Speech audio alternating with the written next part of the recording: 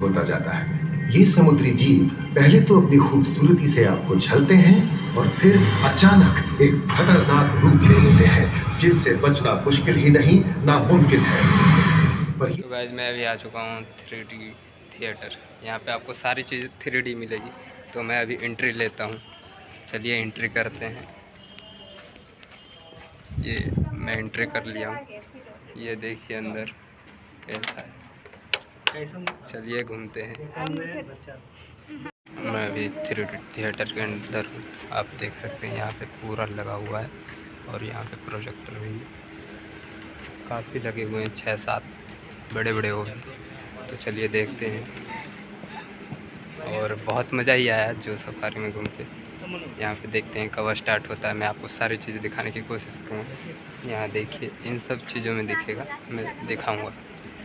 तो ब्लॉग में नए हो चैनल को सब्सक्राइब कर लीजिए, बेल आइकन दबा दीजिए। मिलते हैं।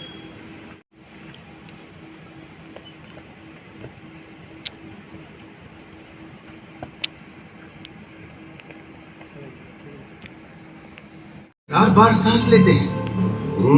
कभी गिना नहीं ना। ये 3D है गाइस। और क्या ये भी कि आपकी अगली सांस के लिए जरूरी ऑक्सीजन का मिलना इस बात पर निर्भर है कि आपसे मीलों दूर किसी समुद्र में एक बड़ी सी शार्क मछली एक छोटी सी मछली को खा पाएगी या नहीं। क्यों यकीन नहीं होता ना? चलिए कोई नहीं, आइए आपको ले चलते हैं एक ऐसी दुनिया में जो आपसे हजारों मील दूर होकर भी आपके अस्तित्व का आधार है।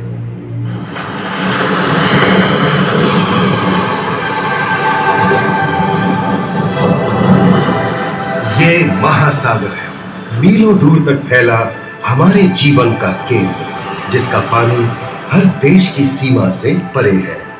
हमें सांस लेने के लिए जरूरी ऑक्सीजन का 50 से 80 है।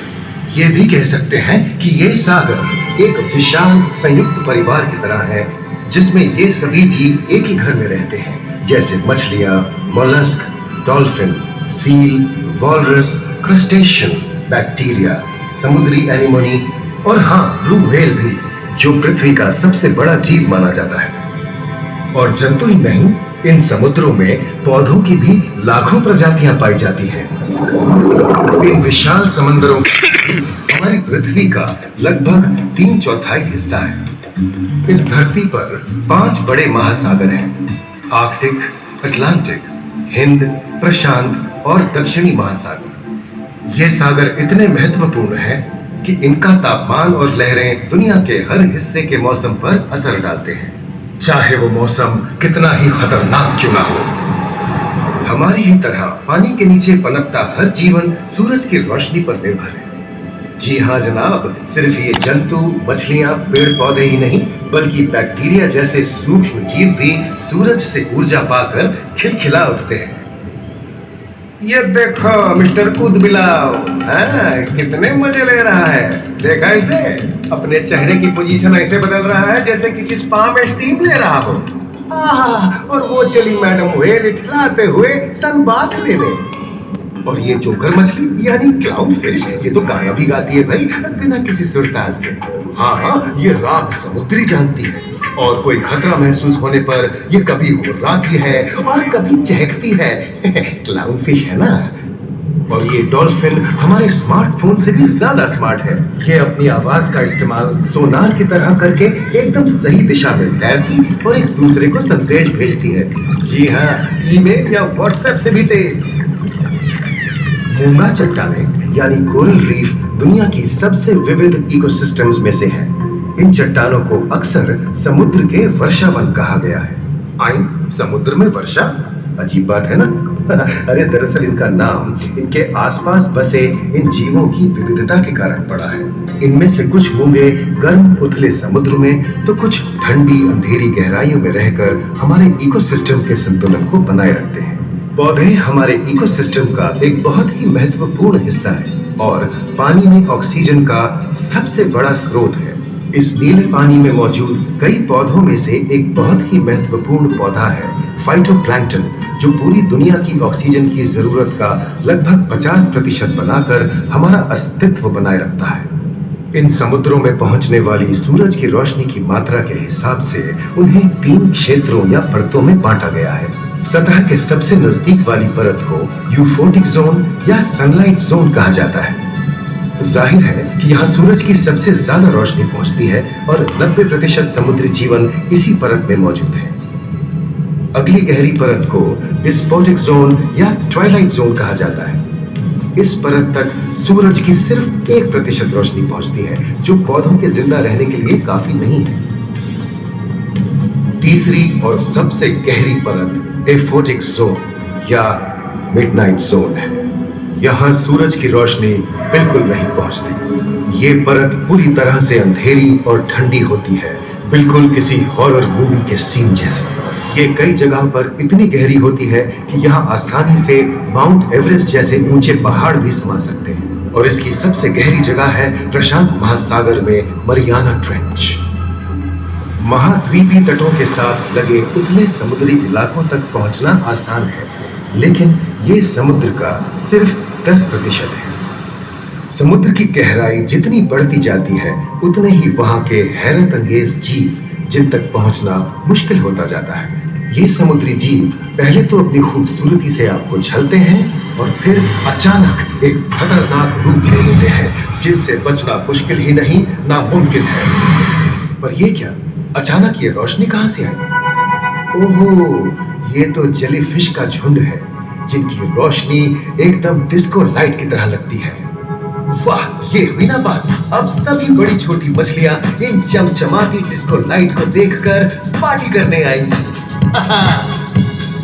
और फिर यही रोशनी उन्हें बेरहमी से दबोचकर उनका शिकार करके अंधेरे में वापस गायब हो जाएगी।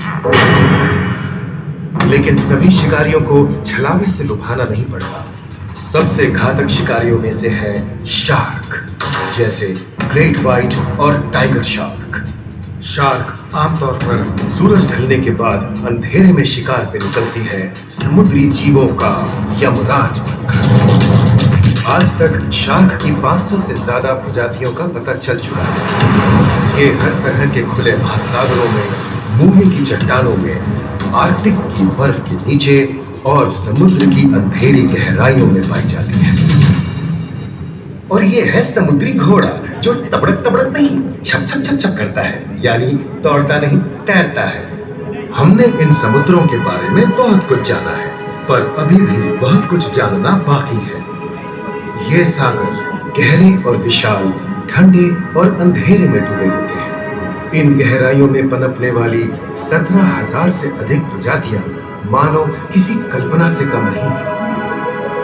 किसी खूबसूरत एंजल की तरह दिखने वाले जीवों के साथ साथ न जाने और क्या क्या देखने को मिले।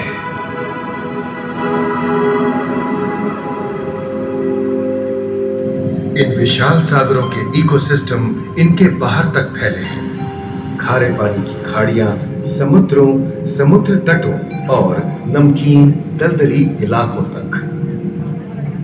मानव जाति दशकों से प्लास्टिक, जहरीले रसायन, तेल और ऐसी कई चीजों को पानी में बहाकर समुद्रों को नुकसान पहुंचा रही है। कई समुद्री जीवों या मछलियों की दर्दनाक मौत और उनकी इस तड़प का जिम्मेदार हमारी मानव जाति ही है।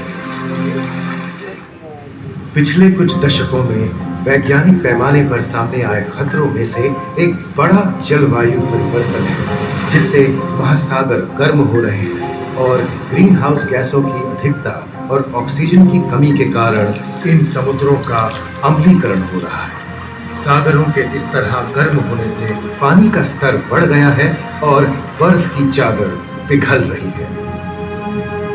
इस विनाशकारी बदलाव के परिणाम स्वरूप समुद्री जीवन खत्म हो रहा है और पूरे इकोसिस्टम के लिए ऐसे खतरनाक हालात हम ही पैदा कर रहे हैं। हमारी आने वाली पीढ़ी का भविष्य इस बात पर निर्भर करता है कि क्या हम आज अपने निजी जीवन से प्लास्टिक को हटाने जैसा छोटा कदम उठा सकते हैं, या फिर हम बड़े स्तर पर सख्त नियम बनाकर उन्हें लागू करें, जिससे समुद्री संसाधनों का दोहन और प्रदूषण कम हो। याद रखिए, बात हमारे अस्तित्व की है, तो बदलाव की शुरुआत भी हमें ही करनी होगी।